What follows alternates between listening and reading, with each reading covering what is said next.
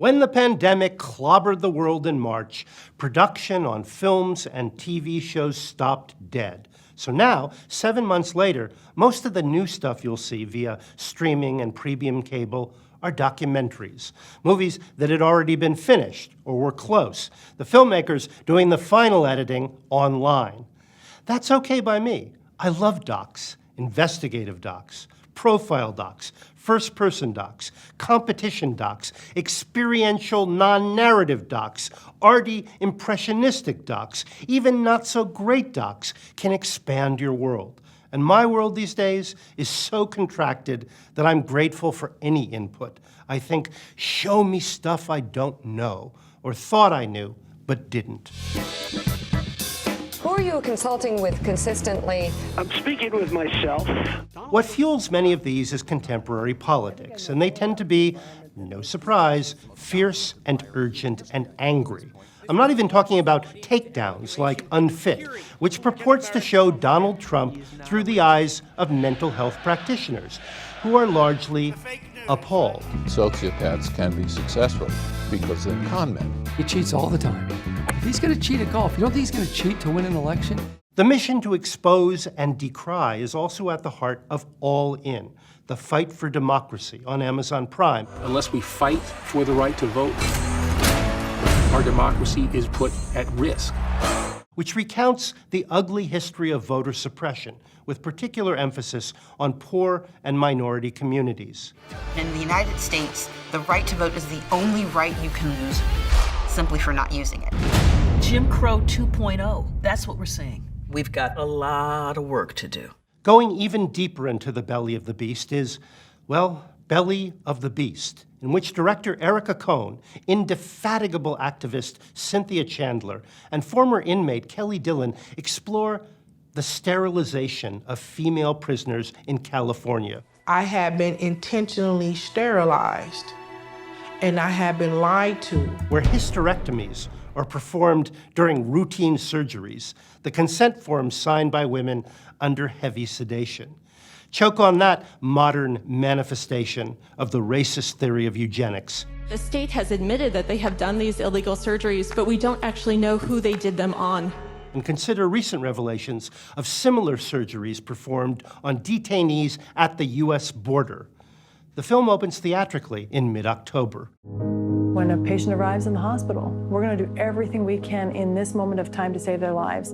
For a more positive, though not exactly cheerful view of medicine at the front lines, Carolyn Jones's In Case of Emergency depicts emergency rooms all over the U.S. through the eyes of nurses who attempt in a dysfunctional system to keep overwhelming human misery in check. It really comes down to understanding what that person needs. You're gonna see your kid again, I promise. Yeah. Okay? Most definitely. Most definitely. Farther afield, but closer to home than you think, Showtime's Kingdom of Silence, directed by Rick Rowley. The Saudi monarchy operates like the mafia.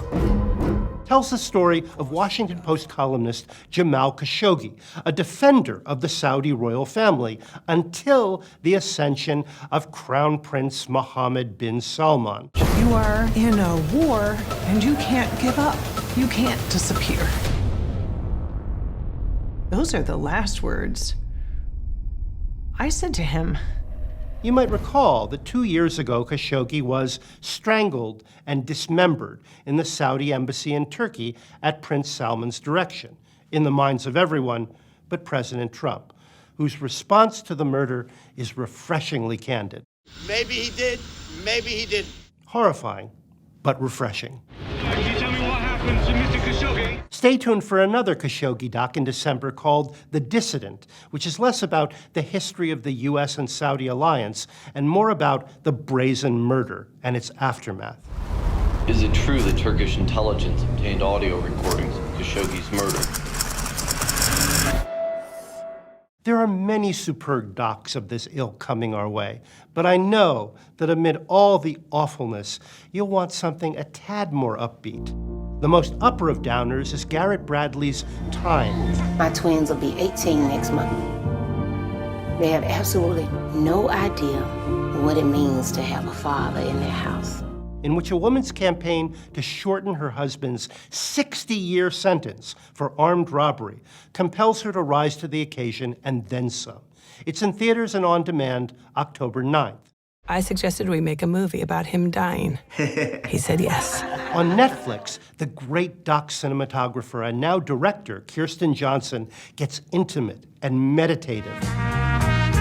Oh man, sweetie, your father is a wreck. And sometimes even surreal about her father's possible demise in the nevertheless enlivening Dick Johnson is Dead. Can you just like put one arm up against the wall? Like, yeah, that's nice.